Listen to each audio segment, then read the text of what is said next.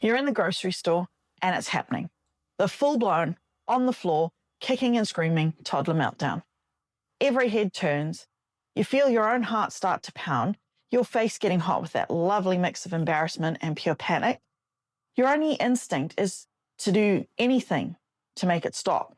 You try shushing, bargaining, maybe even that frantic wobbly cart dash for the exit. I've been there. I used to think my job as a parent was to stop the storm. I know it sounds completely backward, but stick with me because I'm going to explain the game-changing difference between a tantrum and a true meltdown. I'll show you why calmly riding out the emotional storm is the secret to shorter and eventually way fewer of them. The losing battle we all fight. If you've got a little one, you know the script. You give them the blue cup instead of the red one, or you tell them it's time to leave the playground. And just like that, a switch flips.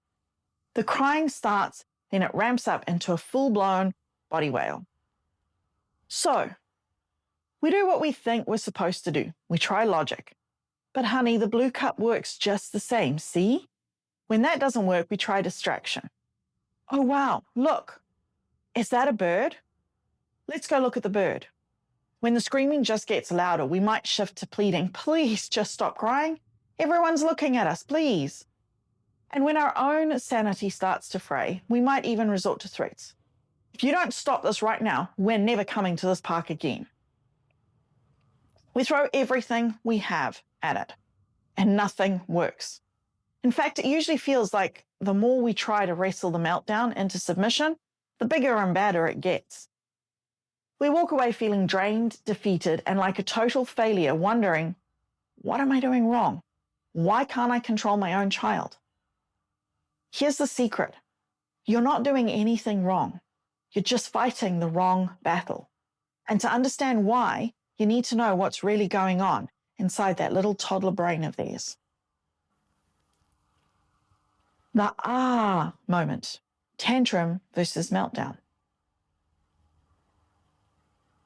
This is a piece of information that honestly changed everything for me. For the longest time, I used tantrum and meltdown to mean the same thing.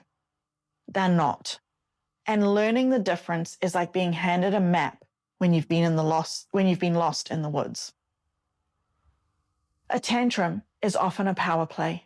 A child wants something, a cookie, more screen time, to not put on their shoes, and they're using behavior to try and get it.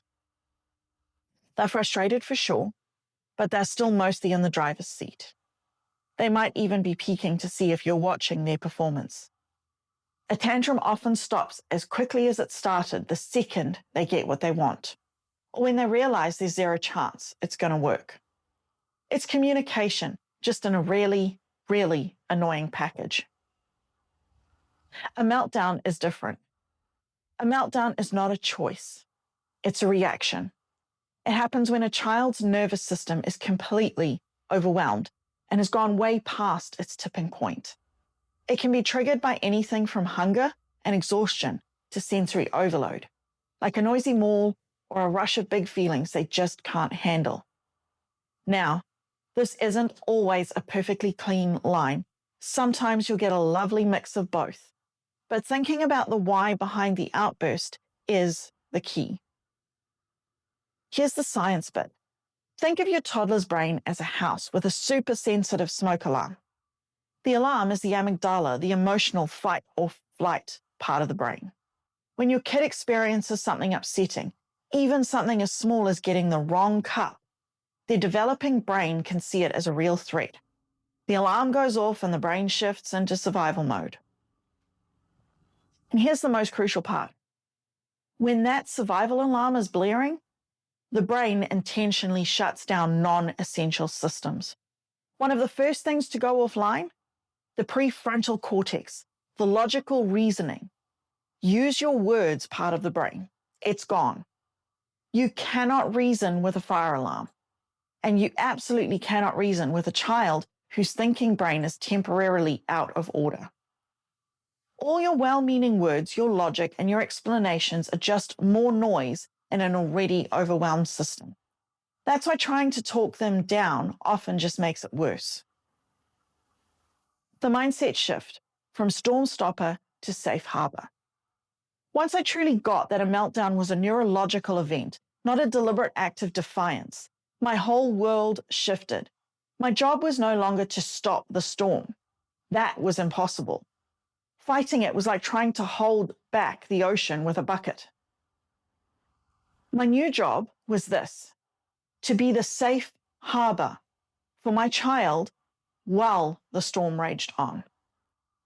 The goal isn't to stop the feeling. The goal is to create a safe space for the feeling to move through them. When we fight it, we just add our own stress and panic to the fire, feeding the storm and making it bigger and longer. When we allow the emotion to be expressed safely, it can run its course and burn out. This was my moment. I wasn't being a permissive parent. I was being an effective one. I wasn't giving in. I was turning into what my child's brain and body actually needed. The solution, the calm anchor method. So, what does this actually look like in the heat of the moment? It's a method I call being the calm anchor. It's about doing less and being more. It has 5 simple steps. Step 1, ensure safety. First things first, your only active job is to make sure no one gets hurt. If your child is throwing things, move the objects or gently guide the child to a safer spot.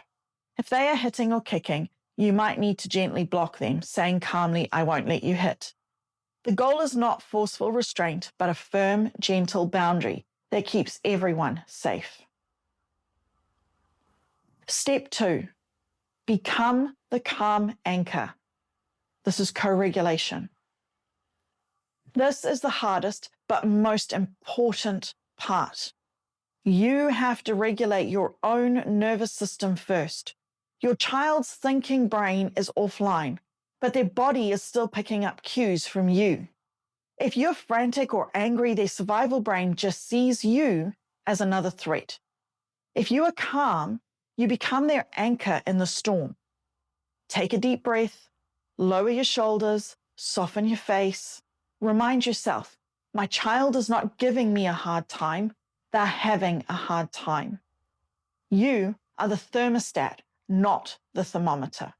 You don't match their heat, you set the temperature with your calm.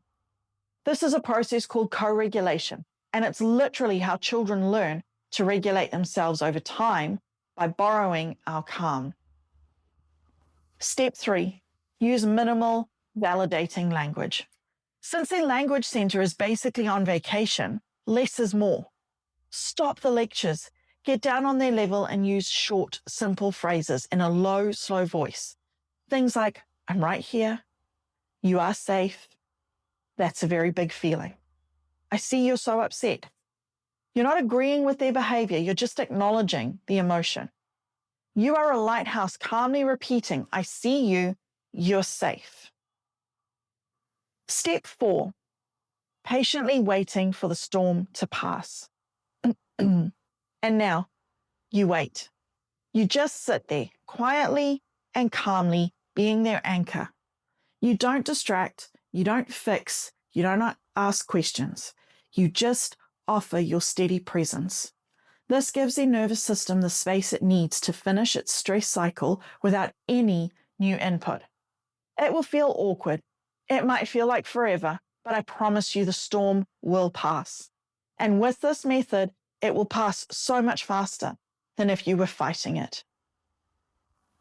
Step 5, reconnect and repair. Eventually, the screaming will soften to whimpers.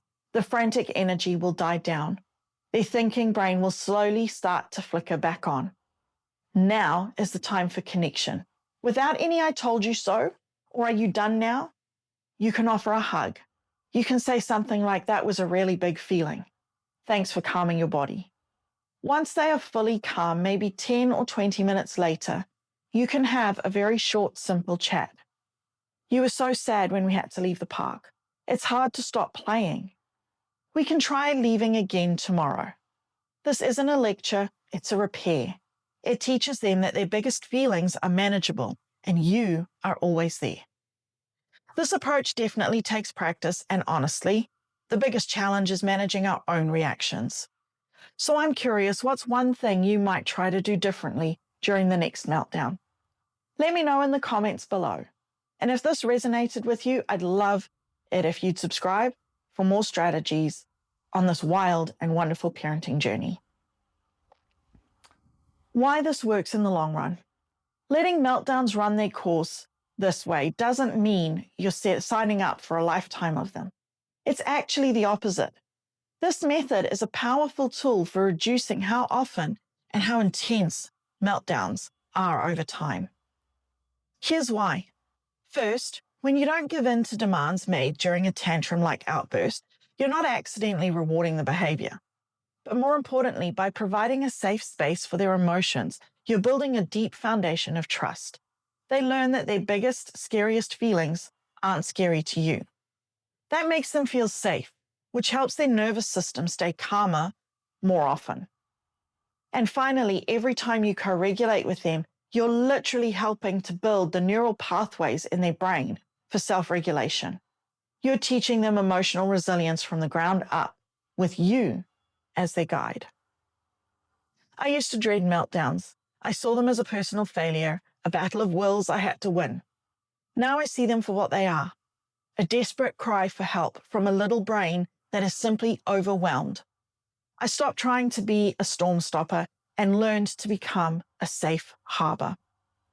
It wasn't easy, and it forced me to work on managing my own big feelings first. But the changes have been incredible. The meltdowns got shorter, they happened less often, and my connection with my child is deeper and more trusting than ever. It's also important to say that every child in every situation is different.